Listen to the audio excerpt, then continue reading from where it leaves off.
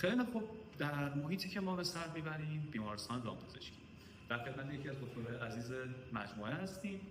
دکتر فریدونی قبول زحمت کردن و قرار شده چند کلامی باهاشون در ارتباط با رشته دامپزشکی صحبت کنیم. من سعی میکنم که تقسیم کلام داشته باشم و بیشتر دکتر صحبت کنم و از تجربهشون بگم و ببینیم که چی میشه. خیلی خوب دکتر جان، بچه‌ها خیلی مشتاقن در ارتباط با دامپزشکی بدونن. اساسا من فکر میکنم که در ذهن خودشون یا اولیاشون دارن به این فکر میکنن که مجموعه دامپزشکی یعنی قلقلک دادن گربه و ناز کردن سگا. آیا اینجوریه یا خیلی گسترده‌تر از این صحبت است؟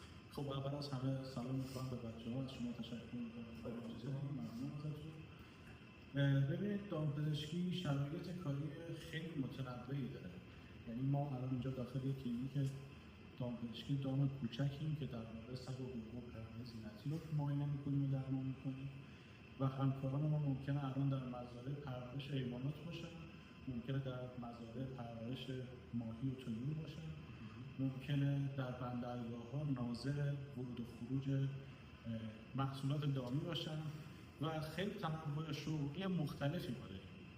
حالا بیشتر بسته به اون علاقه‌ای که بچه‌ها دارن میتونن فیلد کاری آینده‌اش رو توی رشته دامپزشکی انتخاب کنن.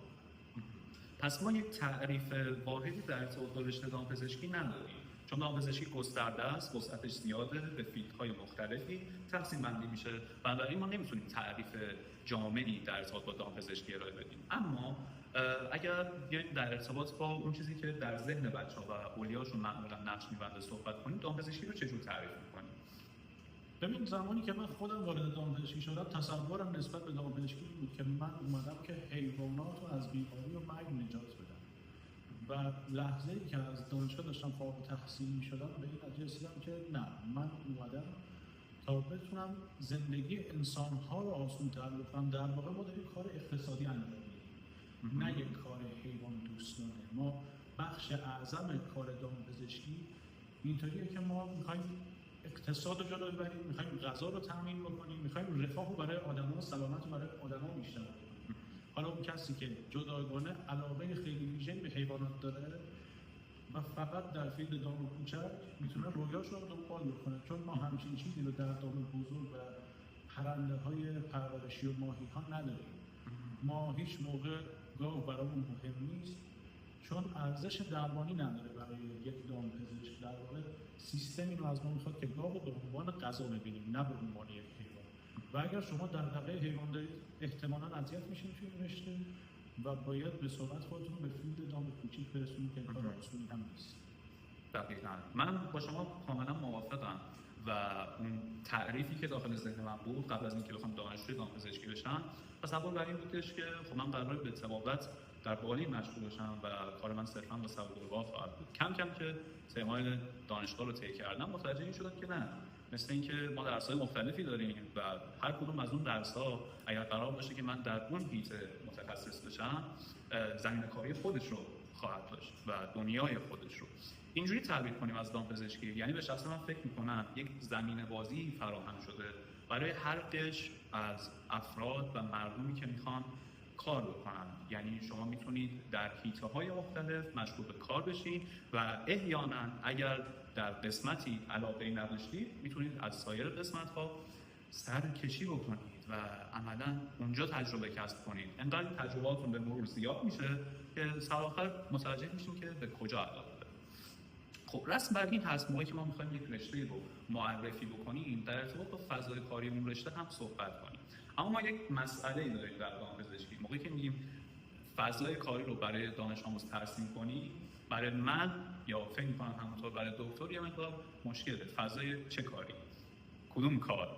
در ارتباط با این که ما فیلدهای مختلفی داریم، مثل آبزیان، مثل طیور، مثل پرندگان زینتی، مثل ماهی‌ها، مثل دام کوچیک، مثل دام بزرگ، بهداشت مواد غذایی و غیره. هر کدوم فضای کاری مربوط به خودشون رو دارن، هر کدوم درآمدهای مربوط به خودشون رو دارن، هر کدوم موقعیت و جایگاه شغلی خودشون رو دارن. بنابراین یه دیدگاه جامعی وجود نداره. ما باید سر فرصت بشیم در ارتباط با تک تک اونا صحبت کنیم و هدف از این ویدیو هم این نیست که بخوایم در مورد همشون صحبت کنیم. یک معرفی خیلی کوتاه هست که شما بدونید قرار با چی روبرو بشید. این در ارتباط با خود و کلیت دامپزشکی. حالا رشته دامپزشکی به عنوان رشته‌ای که دکترا تلقی شده، شما امکان ادامه تحصیل رو هم دارید. برمیگردیم به آقای دکتر بعد در با ادامه تحصیل در دامپزشکی و مقطع دکترا عمومی صحبت کنیم. ببینید یه مسئله که خیلی مهمه که ما باید قبل از اینکه وارد رشته دامپزشکی بشیم بدونیم اینه که ما توی ایران مدرک DVM میگیریم. این مدرک DVM یک مدرک محدود شونده است، چون بسیاری از کشورها ما رو شاید به عنوان حتی طبیب هم قبول نداشته باشن. یعنی ما کشورهای حوزه خلیج فارس، کشورهای آمریکایی و استرالیا DVM به عنوان طبیب مورد قبول دارن و ما خودمون هم بهش میگیم دکترای حرفه‌ای. یعنی در واقع کارشناسی ارشد پیوسته و بعد برای اینکه شما وارد دنیای آکادمیک‌تر و دانشمند بشید لازمه که دوره‌های تخصصی‌تر رو بگذرونید. و توی بعضی از کشورها اگر الان هدفتون اینه که وارد اروپا بشید، حتما باید یک تطبیق مدرکی انجام بدید و اونجا برای تلاوت کردنتون حتما رشته‌های داخلی جراحی و رشته‌های مرتبط با تلاوت رو ادامه تحصیل بکنید تا شما رو به عنوان یک طبیب توی جامعه بپذیرن. و یک بحث دیگه هم باید الان انجام بدید. سوال رو فراموش کردم. بعضی تو تخصص‌های رشته‌مون بود. بعد از رشته‌های تمام شد. رشته‌های زیادی رو هستن که ما میتونیم به عنوان ادامه تحصیل در نظر داشته باشیم.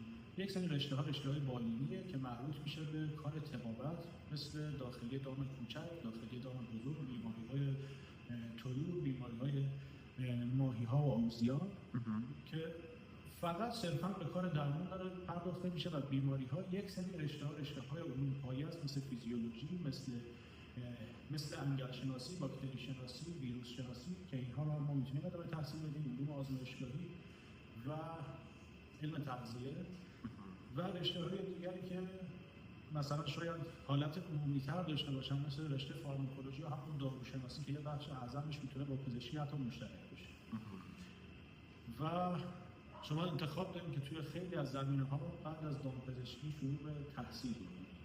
عملاً دست بچه‌ها تو این زمینه خیلی باز گذاشته شده. آره میتونن صاحب نظر باشن، میتونن بعد از ادامه تحصیل تبدیل بشن به اساتید دانشگاهی که میتونن خیلی از رشته‌های دیگر رو هدایت بکنن به سمت ادامه تحصیل. یعنی مثلا برید حتی به کسایی که دارن داروشناسی میخونن که داروشناس انسان بشن، داروساز انسان بشن، شما یه بخشی از تجربیاتتون رو میتونید انتقال بدین به عنوان اساتید برای عزیزان کار بکنید، به عنوان اساتید برای کسانی که کار کنترل کیفی دارن میکنن، علوم آزمایشگاهی انجام میدن، حتی میتونید یه بخش فیزیولوژی تدریس بکنید.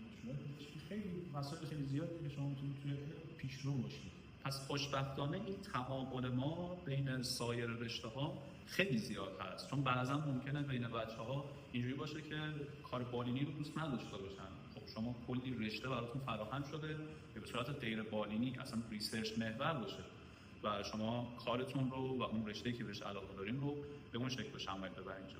من بعضا داخل یه سری از پیجا دکتر، حالا نمیدونم برای تبلیغات جذب مخاطب یا هر چیزی، یه موردی رو شنیدم نوشته شده یا بازگو کردن که شما بدون شرکت در کنکور یا نداشتن رتبه‌ای که صلاحیت در رشته دامپزشکی دکترا رو داشته باشه میتونید وارد دامپزشکی بشید، مطب یا کلینیک بزنید و پول در بیارید.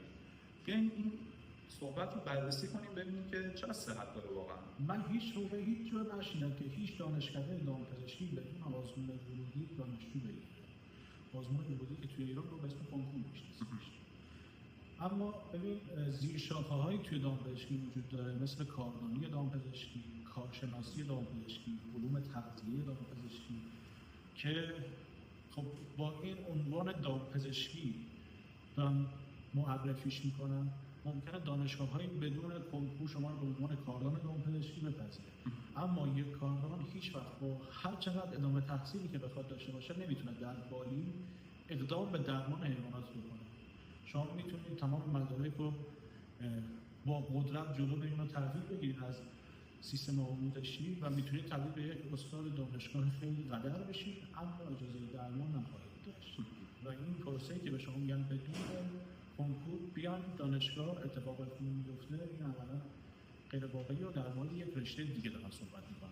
چه خوب شد که این رو دیگه شما از زبون دکتر شنیدید. پس عزیزان من اگر به گوشتون دامپزشکی خورد و اون بنده خدایی که اومد گفت من با فلان رتبه تونستم طرف رو وارد رشته دامپزشکی کنم، بپرسید اون قبل از اون دامپزشکیش چیه، کاردان دامپزشکی، علوم آزمایشگاهی دامپزشکی داره میکنه، دکتر دامپزشکی چی هست. پس شما برای رسیدن به رشته دکترای دامپزشکی در مقطع عمومی نیاز دارید که در کنکور سراسری شرکت کنید، اولا رتبه لازم رو کسب کنید و بعد از اون مدارج رو طی کنید تا در نهایت تصمیم بگیرید که قرار در آینده چه کاری انجام بدید. من فکر می‌کنم در مورد کلیت دامپزشکی به خوبی صحبت شد، اما چیزی که همیشه برای بچه‌ها مخصوصاً بچه‌های این نسل و به تبع اونها خانواده‌شون مطرح هست تو بحث درآمد کاریه. تو هر حیطه‌ای، تو هر شغلی جامعه الان ایجاد کرده که ما بدونیم قرار چقدر درآمد داشته باشیم، آیا میتونیم روش حساب کنیم، نمیتونیم روش حساب کنیم. این سوال بچه‌هاست و دغدغه‌شون. ببینید شما موقعی که مدرک دکترا دامپزشکی داشته باشید شرایط شغلی بسیار زیادی دارید. نه اینکه خیلی شغل ریخته باشه، تنوع شغلی خیلی زیاده. شما میتونید وارد حیطه‌های مختلف بشید، درآمد کسب بکنید، میتونید استخدام سازمان‌ها و ارگان‌ها بشید، یه درآمد کارمندی با مبالغ خوب چون مدرک تحصیلی بالایی دارید دریافت می‌کنید. اما اگر قرار باشه مثل ما که الان داخل یه بیمارستان داریم کار می‌کنیم شغل آزاد دامپزشکی رو انتخاب بکنید، این درآمد بسیار متغیره. شما از منفی میتونید درآمد داشته باشید تا مثبت تومن و واقعا بسته به اون شرایط محیطی که شما داخلش هستید و سواد کافی اگر داشته باشید و مهارتی که توی اون سالا کسب کردید داره که بتونید چه درآمدی داشته باشید. این درآمد خیلی متنوعه، هر دامپزشک ممکنه با دامپزشکی درآمدش متفاوت باشه. حتی من برای بچه‌ها این رو یه مقدار بیشتر باز کنم. می‌خواستم بگم که این درآمد میتونه شهر به شهر متفاوت باشه. بله من گفتم شرایط محیطی شما خیلی مهمه. شما توی شهر بزرگ باشید، شما دارید دام کوچیکی انجام میدید، روستا اطرافتون باشه، داخل شهر بزرگی نباشید یا حاشیه نشین باشید. اگر دام کوچیک انجام میدید در مراکز استان‌ها باشید، این خیلی تاثیر مستقیمی روی درآمد شما داره. و حتی اگر ما داخل یه شهر فرضی، شهر آ داریم زندگی می‌کنیم، اونجا بخوایم فرضاً کار طبابت دام کوچیک رو انجام بدیم، در همون منطقه هم این نوسان درآمدی هست. یعنی به شما دامپزشک، به اون مجموعه‌ای که شما حتی دارید اونجا کار می‌کنید، این مقادیر وابسته هستن. یک معیار یکسانی برای اون درآمد وجود نداره. شما چه استاد دانشگاه باشید در این حیطه، چه کار طبابت رو انجام بدید، چه در کار بالین باشید، چه در کار غیر بالین باشید، چه ریسرچر باشید، این مقادیر بالا و پایین میشه. و من فکر می‌کنم دکتر در نهایت چیزی که میتونه یک پشتوانه و یه ضمانتی رو به بچه‌های ما در ارتباط با درآمد بده، این هست که خودشون چقدر عرضه دارن. و من فکر می‌کنم نه تنها در حیطه دامپزشکی، در هر جای دیگه‌ای، حالا فارغ از رشته‌ای که به صورت کارمندی هست و هر روز شما با روز قبلتون یکسانه، در دامپزشکی مخصوصاً شما ممکنه حیطه‌ای رو انتخاب کنید، کما اینکه خب ما داریم تجربه می‌کنیم و می‌بینیم هر روزتون نسبت به روز قبلتون میتونه متفاوت باشه، میتونه ثابت باشه. اگر شما دامپزشک فعالی هستید، اهل مطالعه باید باشید، باید مدام در مورد چیزهای مختلف جستجو کنید، با دیگر پزشکا تعامل داشته باشید و اینها مواردی هستن که میتونه اون درآمد شما رو به صورت متغیر تکون بده. بنابراین من پیشنهادم اینه شما چه در دامپزشکی چه در هر رشته دیگه‌ای تصمیم گرفتید که مشغول به تحصیل و در نهایت کار بشین، این مورد رو مخصوصا در زمانه الان مد نظرتون قرار بدید که عرضه و زحمت کشی شما خیلی مهمه. البته تلاشی که در مسیر درست بخواد باشه. من فکر می‌کنم که تا اینجای کار کفایت می‌کنه و در مورد مسائل مختلف صحبت کردیم. خیلی جا داره تشکر کنم از دکتر که این وقت رو در اختیار ما قرار دادن، بتونید در خدمتشون باشیم، از تجربهشون استفاده کنیم. حتما مطمئنم بچه‌ها لذت خواهند برد از این تعاملی که شکل گرفت و آشنا شدن با رشته دامپزشکی. من صحبت اینجا کوتاه میکنم و منتظر این هستم که ببینم فیدبک شما نسبت به این معرفی رشته چی بوده. خیلی ممنونم دکتر جان. سلامت باشید. زندگیتون پربار مثل همیشه. ما در کنار یکی از دکترای ابراق نام دامپزشکی هستیم و خدا رو شکر این فرصت نصیب من شد که از دکتر بخوام در کنار من و شما باشه و ما رو با این دنیا آشنا کنه. بدرود و خدا نگهدار.